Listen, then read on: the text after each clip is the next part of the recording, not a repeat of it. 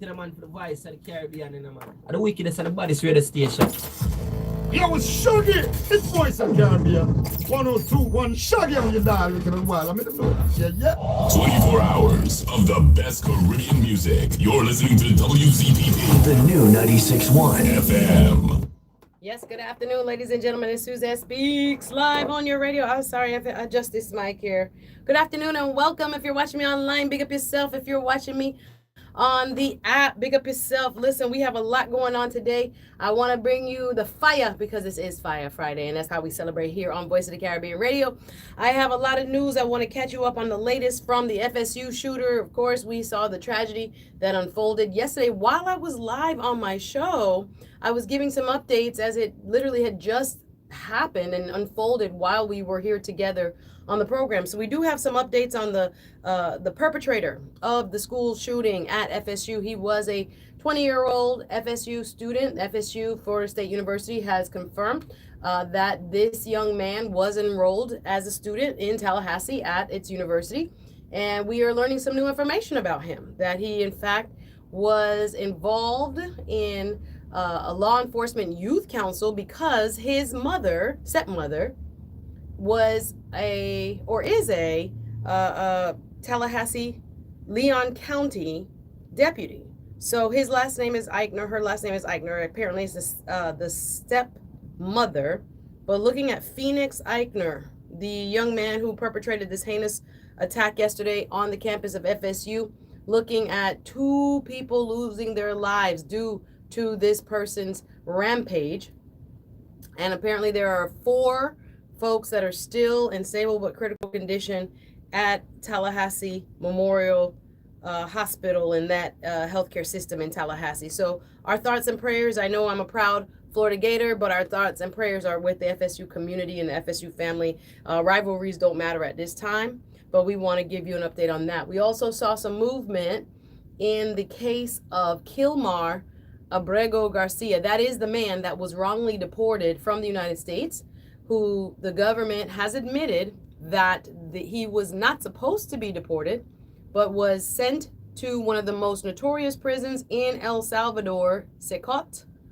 And he was received by, or a meeting was finally granted between the United States Senator Van Hollen, who went down to El Salvador trying to get a meeting with him, trying to make sure he was okay. He finally got a meeting with him and posted a picture of him sitting across from Kilmar Abrego Garcia. Remember, this is a case that we've been talking about. The Supreme Court voted 9-0 that the government of the United States, in its own admission, was wrong in deporting this man, and that they should do all in its power to, quote, facilitate his return, and he is yet to be returned.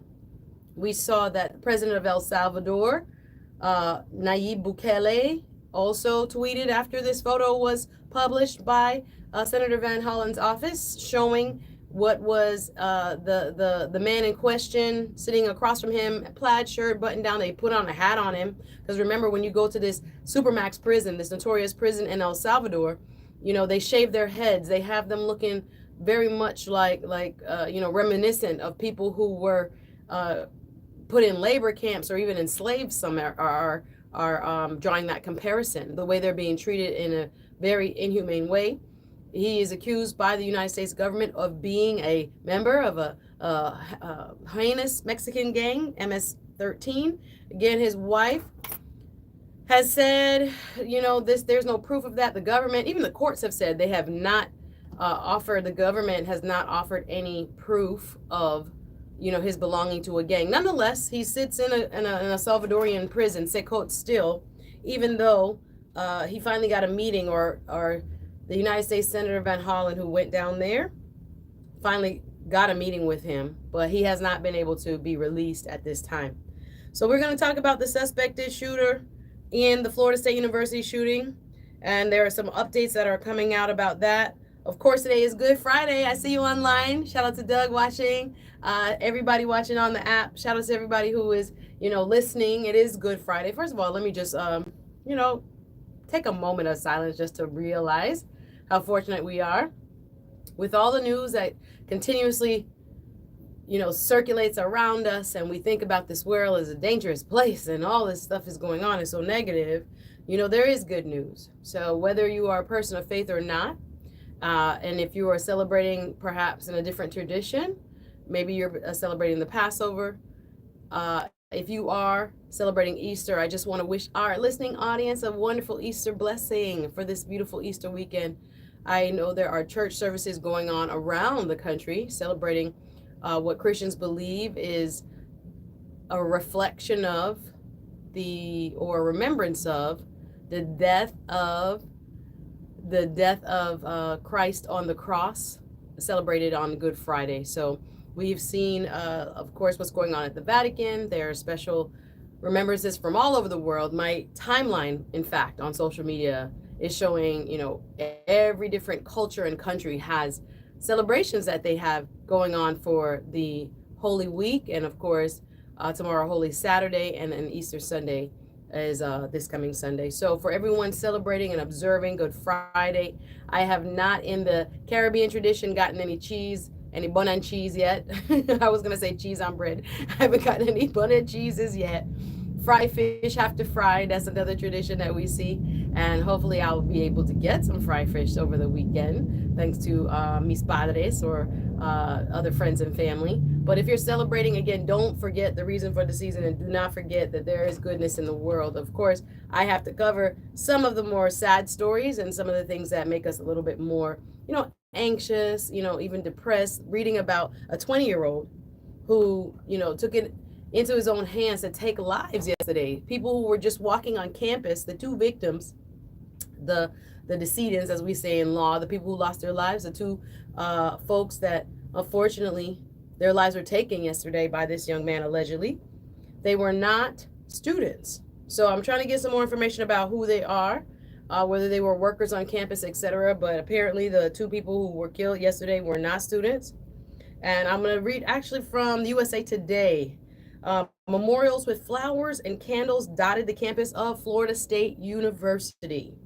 Of course, we saw the tragedy unfold yesterday. Today, students are retrieving the belongings they left behind in a frenzy, and investigators work to piece together what led the 20-year-old, Phoenix Eichner is his name, to carry out the latest deadly mass shooting at a United States college campus. The rampage, which came about 2 weeks before the end of the semester. Remember, these kids are packing up. They're getting ready for the end of semester finals and tests at the end, final exams, etc.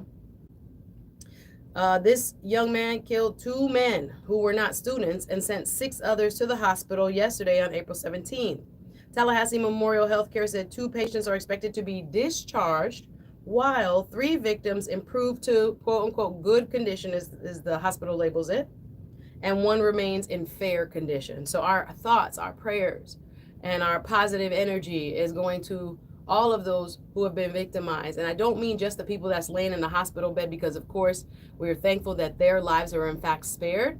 But now we have a campus full of young people who have been yet traumatized by another senseless shooting. I was also reading some tweets by folks who were past students of Marjorie Stoneman Douglas, who now, after experiencing that mass shooting, are students at FSU, and here they go again, not thinking that could ever happen, twice in your lifetime.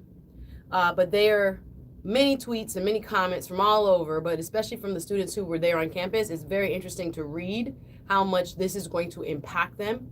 I was listening to stories yesterday about a young woman who saw and witnessed this young man get out of his car, an orange Hummer apparently, pull out a shotgun. The shotgun jammed after he was setting his sights on people walking along the road near the Union. And then he went back into his vehicle and then took out what detectives and investigators now say is his stepmother's now retired service weapon, meaning that his stepmom, had been a member of the Leon County Police Department, a deputy, and she was given a weapon issued to her in an official capacity, but now It is in a personal capacity that she owns it because she was allowed to buy it or take it after it was no longer in use as her official weapon. But nonetheless, she owned it, and it is that weapon, handgun, that this young man used to commit this heinous crime. So we're looking into some of the details now. If you're just joining me, this is Suzette Speaks Show Live. I come on live every Thursday and Friday from 1 p.m. to 2 p.m. here on the radio waves in South Florida. If you're tuning in online, shout out to everybody watching on the YouTube side and on the Voice of the Caribbean app. You know you can go to your app store and download our app and take us wherever you go. And if you're listening live in the radio world, you can always tell a friend to tell a friend. Tune in on Fort Lauderdale's 92.7 FM, in Hollywood 96.1 FM, and our sister station, of course, in Miami 94.3 FM. We are live, and we are grateful that you are tuned in. Happy Good Friday if you're just joining. Shout out to my brother Young Trini, who was doing the thing in the mix before I got here. I was like, I have to always take it to a serious place after Trini done warm up the place and giving us some wonderful music. He has such a wide breadth of taking us from the Idonias to the socas, and I'm grateful for it because we're going to have some more good music throughout the day today. It's Good Friday, it's a Fire Friday, and we celebrate life here at Voice of the Caribbean. But as I have to give you some of the news, I also wanted to touch on some GOP donors, some Republican donors. The top Republican donors happen to be in Miami. One of them, a Cuban American. I want to talk about the bait and switch that many of them feel like they have undergone within our community. We know that there are a few of, the Republican supporters who have been more and more vocal, talking about how they didn't vote for Donald Trump thinking they were going to get what they're going to get now. So they're upset with what they're seeing. We have Cuban Americans talking about, how dare he remove, protective status from Cuban Americans. We have folks that have been elected to office, like Congresswoman Maria Elvira Salazar from Miami, talking about the Trump administration was never going to touch people who were here more than 5 years. We see folks in the Venezuelan American community here in South Florida talking about how they feel betrayed by the Trump administration and what they were promised, and that Trump wouldn't touch temporary protective status. But we know he has. Even in the Haitian American community, there were a few that we saw that have been a part of the more MAGA Republican movement, and they're feeling a little bit of buyer's remorse. And I wanted to play a little bit of a piece that I listened to this morning called Midas Touch. It is an online platform that does wonderful commentary.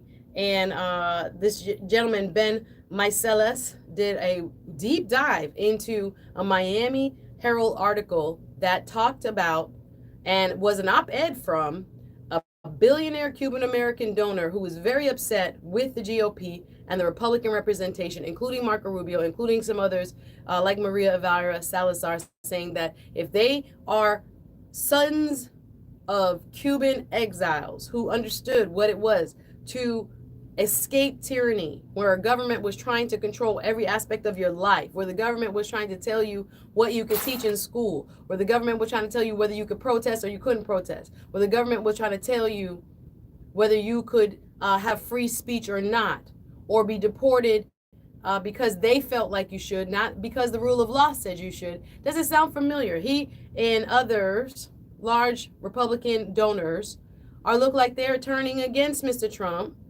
And at least down here, we're seeing a lot more grumbling about buyer's remorse when it comes to Cuban American, Venezuelan Americans, even some Haitian Americans saying they didn't think this is what they were voting for. So I want to play a little bit about from the Midas Touch in a few, talking about the headline in this Friday's Miami Herald, where we're seeing that top Florida Republican donors, super rich people, billionaires even, like Mike Fernandez and others, are very much upset with what they're seeing in the Trump administration. We're going to talk about that. I also wanted to, again, give you some new details when it comes to the shooting at the FSU that we saw take place yesterday. I went to a wonderful establishment. I just want to shift gears real quick to give a shout out because we want to promote local businesses. We want to see our business community thrive. You can always reach out to us here at Voice of the Caribbean to partner with us. But I went all the way up to Lauderhill last night, and I had the privilege, and if you could see it on my Instagram stories, of going to, a friend of mine told me about it, a jazz lounge in Lauderhill. Who knew? And it was so quaint, so beautifully laid out. It's brand new. It's only been open 2 weeks. And I had the most wonderful time.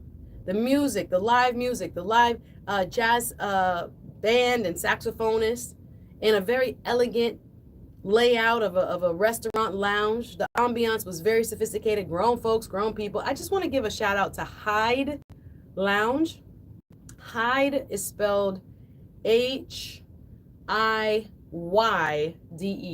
Lounge in Lauderhill. Who knew Lauderhill had nightlife like this? Let's go, Lauderhill. Hyde nightclub, or I think it's actually called Lounge, Hyde Lounge. But I had a wonderful time enjoying jazz in Lauderhill, and they have Wednesday night karaoke, Thursday night live jazz music, and they have a Friday and Saturday night as well. I just want to give a shout out to businesses that are doing it right. It was so sophisticated, and they're brand new. It happens to be Black owned, and we had a good time. Grown-ups were there. Hello, somebody. You know how it is. South Florida, you want the growing up crowd, and I just want to give a shout out to that business, Hyde Lounge, Hyde. Yeah, man, it was a good look yesterday. So I wanted to pivot back to what happened in Tallahassee yesterday. Again, we have, I think it's the 80th possible mass shooting in the United States, which is crazy. And we're looking at the numbers, and we're talking about who this young man was. And I'm already getting a little annoyed that people are trying to infantilize him, calling him a kid. No, he was 20 years old. He had free will. And there are people saying that mental health already, without any evidence, people are starting to speculate mental health and his mother and whether she'll be held responsible. But we have a grown-up, we have an adult here, because I keep hearing the word kid, this kid. No, he was a grown man. And we're going to get to the bottom of the motive. We don't have answers yet, though. Investigators are still unfolding what happened yesterday.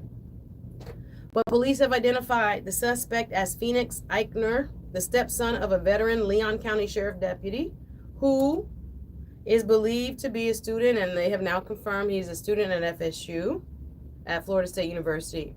Officials said he had opened fire near the student union around lunchtime, sending students running for shelter and barricading themselves in buildings. Everyone started freaking out, said Sam Schwartz. He told the Tallahassee Democrat, which is a part of the USA Today network. I'm reading from USA Today. He was working on a project with a group in the basement of the student union when students heard about 10 shots. They used trash cans and plywoods to barricade themselves in a corner, hoping the shooter wouldn't want to take the extra time to get to them. Think about this, folks. This is a generation that has been raised on these drills, on active shooter drills. That's why even as reports are coming out, it seems as if a lot of these folks were actually ready. I'm talking about the students, understood the assignment. Sadly, because they're the generation who has grown up post-Columbine and has had the experience and the drills in their formative years, in elementary school, in middle school, in high school, of what to do. So we hear a lot of stories from yesterday about people barricading themselves and people putting themselves, in between, locked doors and in a music room, putting the piano in front of the door and things of this nature, because this is the generation that is accustomed, sadly, to school shootings. So I want to get into a little bit more about what campus police are saying as a result of yesterday's shooting. Again, our hearts and our minds, our thoughts and our prayers are with the FSU community. I was telling you yesterday that it is the lawmaking session in Tallahassee. That's when the Florida House of Representatives and the Florida Senate are meeting. So we had extra people in Tallahassee. I was listening to reports today of, folks on the Capitol itself, checking on a lot of their interns, because a lot of the students are interning on the Capitol while it's in session. So a lot of people impacted by yesterday's tragic shooting at Florida State University.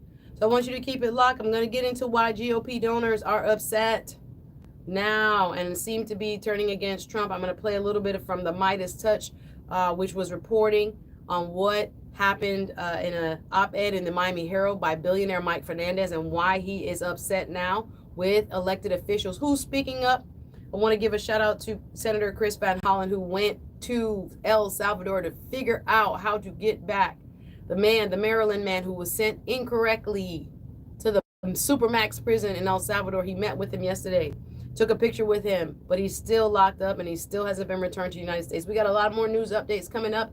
Once again, this is Suzette Speaks live on your radio. Make sure you keep it locked. 92.7 FM Fort Lauderdale, 96.1 FM Hollywood, and 94.3 FM in Miami. You can always call me. Let me know your opinion on any of these top news stories. 850-446-0562. Get you right in touch. 850-446-0562. You can call me. You can also download us on your app from your app store, Voice of the Caribbean, and take us wherever you go. Again, the mixes today on a Fire Friday are going to be amazing. Again, if you're celebrating this beautiful Good Friday, happy Good Friday to you. I hope you're with family and with friends and taking time to reflect on the importance of this holiday if you are a person of faith as we prepare for this holy weekend leading up to Easter on Sunday. Don't go anywhere. There's a lot more. Voice of the Caribbean, Suzette Speak, after this. Instagram, Facebook, and TikTok, and YouTube. This is Mikey Mike from the Voice of the Caribbean. For over the last 30 years, personal injury lawyers and real things have been helping the... Thank you so much for tuning in. I think I'm going to do another set, but I'm going to do it on Facebook. So shout out to everybody watching. Thank you so much for tuning in. I appreciate you. Happy Good Friday. Happy Easter when it comes. And please leave a comment. Please like and please share. I'll see you guys very soon. Take care. Sorry.